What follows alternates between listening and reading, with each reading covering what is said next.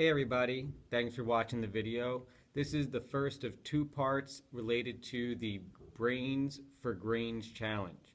Again, as you guys know, our next challenge is called Brains for Grains, and you guys are going to be using a website called freerice.com to practice multiplication skills and vocabulary.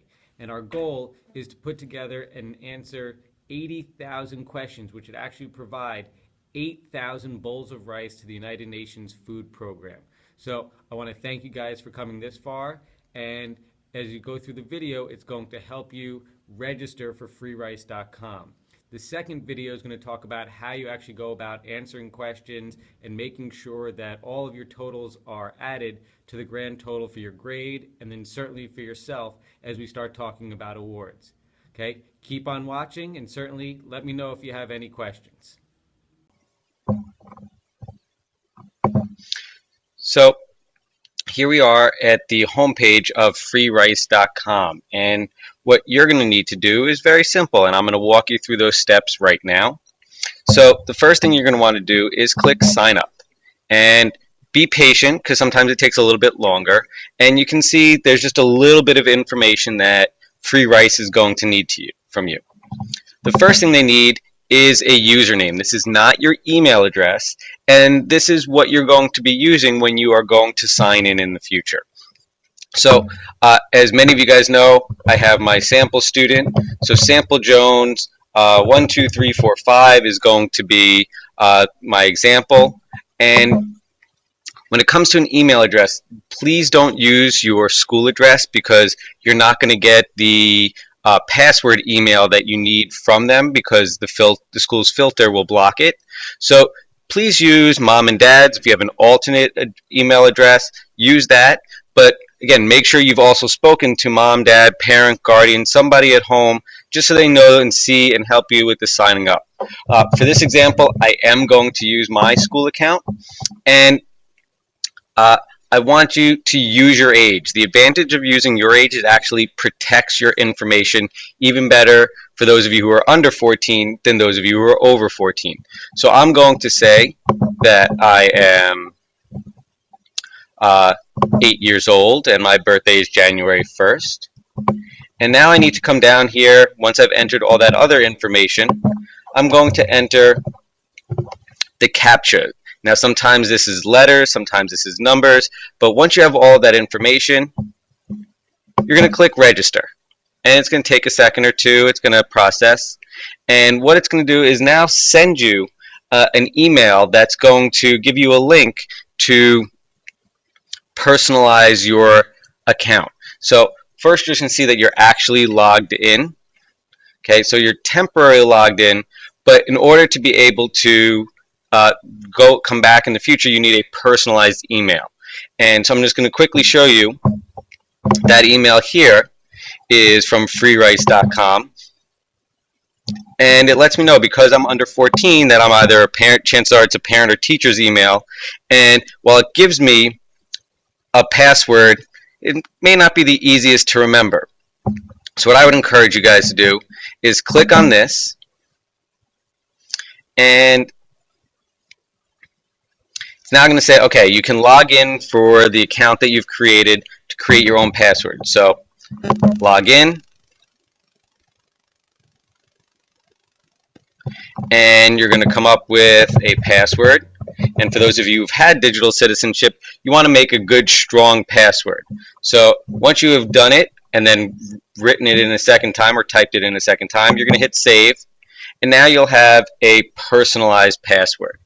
And you're almost done, because the next thing you're going to want to be able to do, and the last thing you have to do before starting on earning all of those grains and answering questions, is you have to join the group. And so now that you've done this and you're logged in, I want you to come up to here in the middle at the top of the page where it says groups, and I want you to click on where it says find groups, because you need to find the Vilano Groups.